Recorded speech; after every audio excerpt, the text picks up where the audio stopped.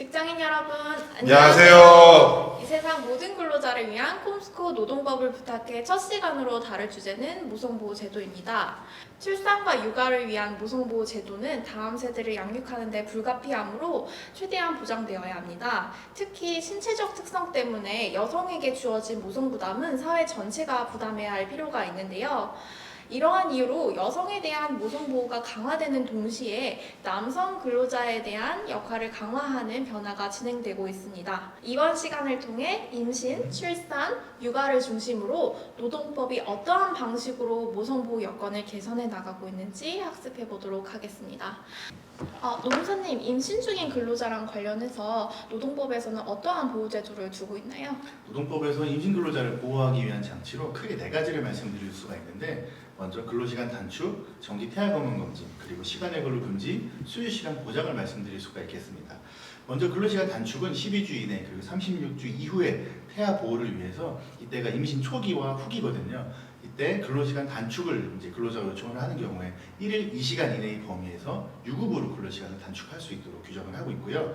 태아 건강검진의 경우에는 이제 임신을 해서 태아가 뱃속에서 자라는 동안 한 달에 한 번 또는 뭐 격주에 한 번 이런 식으로 정기적으로 건강검진을 받아야 됩니다. 이때 이 시간을 마찬가지로 유급으로 보장을 하고 있는 내용이고요. 그리고 임신 중인 여성 근로자의 경우에는 어떠한 경우라도 시간의 근로가 금지가 됩니다. 과도한 노동을 하게 되면 아무래도 태아에 안 좋은 영향을 미칠 것이 자명하기 때문에 이런 부분들을 금지를 하고 있고요. 그리고 마지막으로 이제 태아를 출산하게 되면 태아가 모유를 먹는 이런 수유 시간을 유급으로 이제 보장을 하고 있습니다. 그럼 노무사님, 난임치료 관련해서 보호제도는 있을까요? 예, 그동안 이제 일반 회사에서 이제 병가 제도를 따로 마련을 해놨는데, 이제 이 병가의 범위 내에서 난임 치료도 해당이 되는지에 대해서 많이 논란이 있었거든요.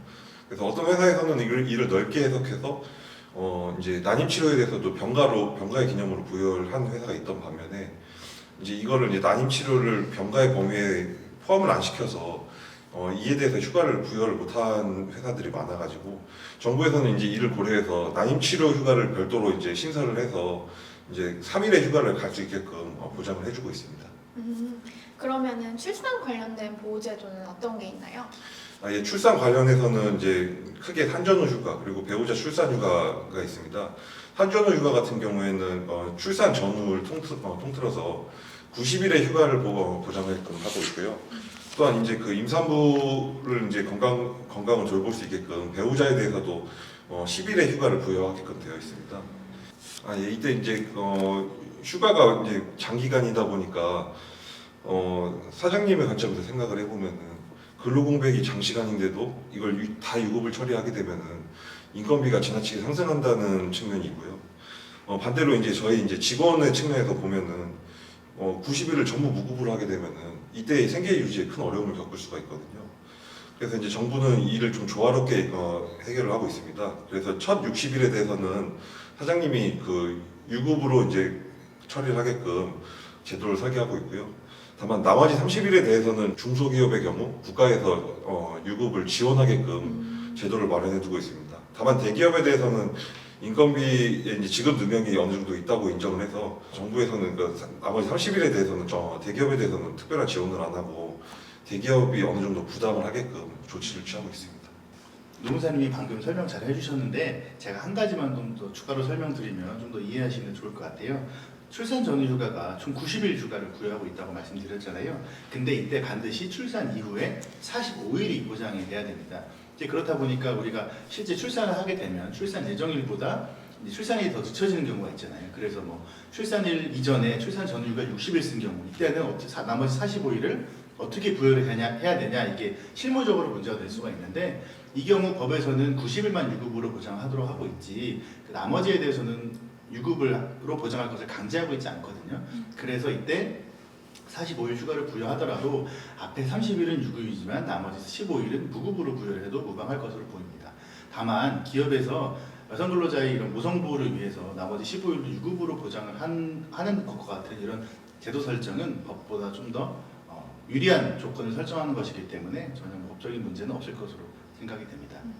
네, 그리고 그 산전후 휴가에 대해서 이제 90일을 부여하게끔 되어 있는데, 이 90일이 구체적으로 이제 어떻게 구성이 되는지 말씀드릴 필요가 있는데요.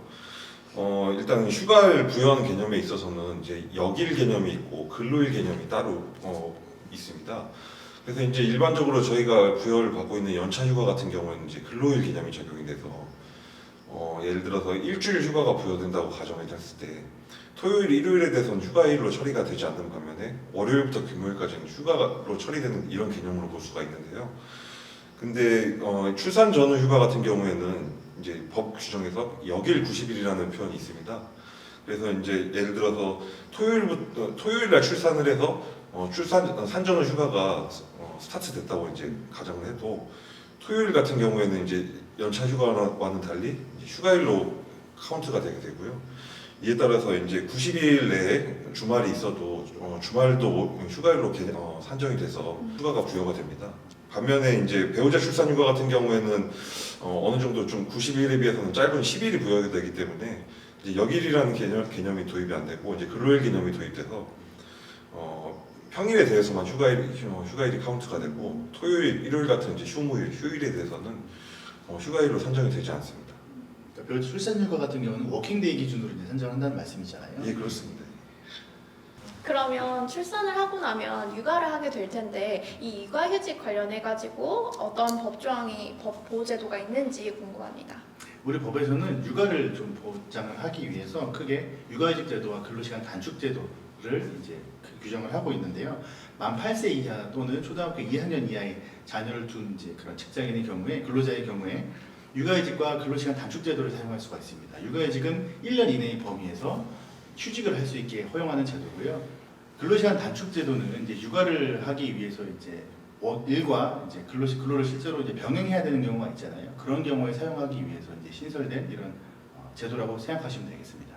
그럼 육아휴직을 하게 되면은 아무래도 휴직이다 보니까 가게에 경제적으로 좀 부담이 갈 수 있잖아요. 혹시 이 부분에 대해서 국가에서 비용적으로 지원해주는 부분이 있는지 궁금합니다.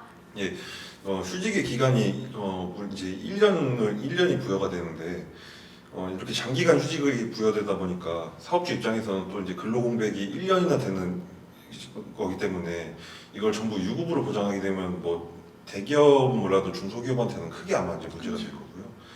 반대로 무급으로 할 때는 또 1년 동안 월급을 못 받는 거기 때문에 육아를 하면서 월급도 못 받는 상황이면 생계에 큰 타격이 될 수가 있고요, 직원 입장에서는. 그래서 이제 법에서는 최초 3개월에 대해서는 통상임금의 80% 그리고 나머지 기간에 대해서는 통상임금의 50%를 국가에서 지급하게끔 제도를 보장하고 있습니다.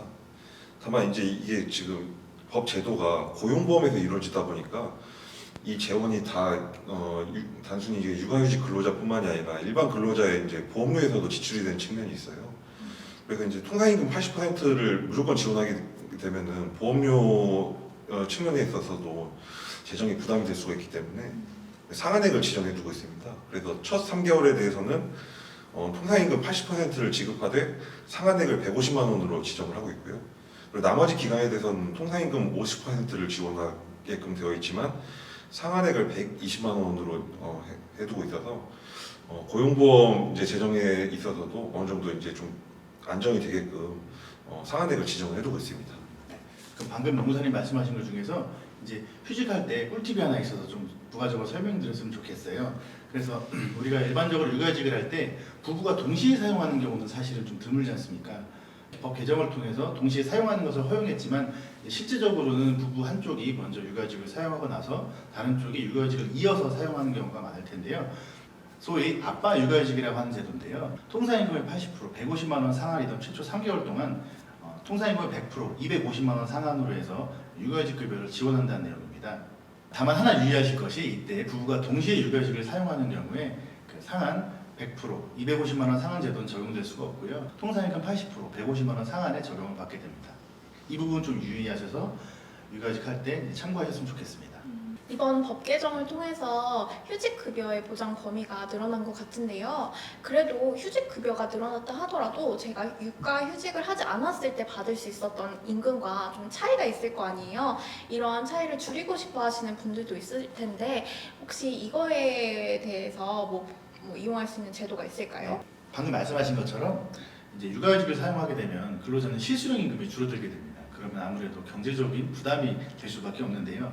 이런 부분들을 보완하기 위해서 이제 우리 법에서는 육아휴직과 근로시간 단축 제도를 동시에 이제 함께 혼용해서 사용할 수 있도록 규정을 두고 있습니다. 그래서 육아휴직과 근로시간 단축을 합해서 총 2년 이내의 범위에서 사용할 수가 있고요.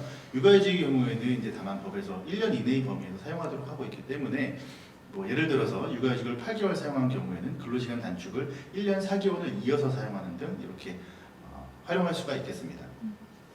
또 이때 한 가지 좀 유의하셔야 될 게 육아휴직은 한 번 1회에 한해서 이것을 분할해서 사용할 수가 있습니다. 뭐 예를 들어서 6개월 사용하고 나서 나중에 또 6개월을 사용할 수도 있고요. 네, 근로시간 단축 제도는 분할해서 사용할 수 있는 거의 횟수 제한은 없지만 한 번에 사용할 때 최소 3개월 이상 사용해야 되는 부분이 있으니까 이런 부분도 실제로 사용하실 때 참고하시면 되겠습니다. 이 영상이 유익하셨다면 좋아요, 구독, 알림 설정 부탁드려요. 저희가 이렇게 이번 시간에 모성보호에 대해서 알아봤는데요. 제가 다음 시간에는 근로시간에 대해서 좀 다룰 예정입니다. 저희 영상이 유익했으면 이 편도 꼭 구독해 주셨으면 좋겠고요. 다음에 또 만나요. 제발!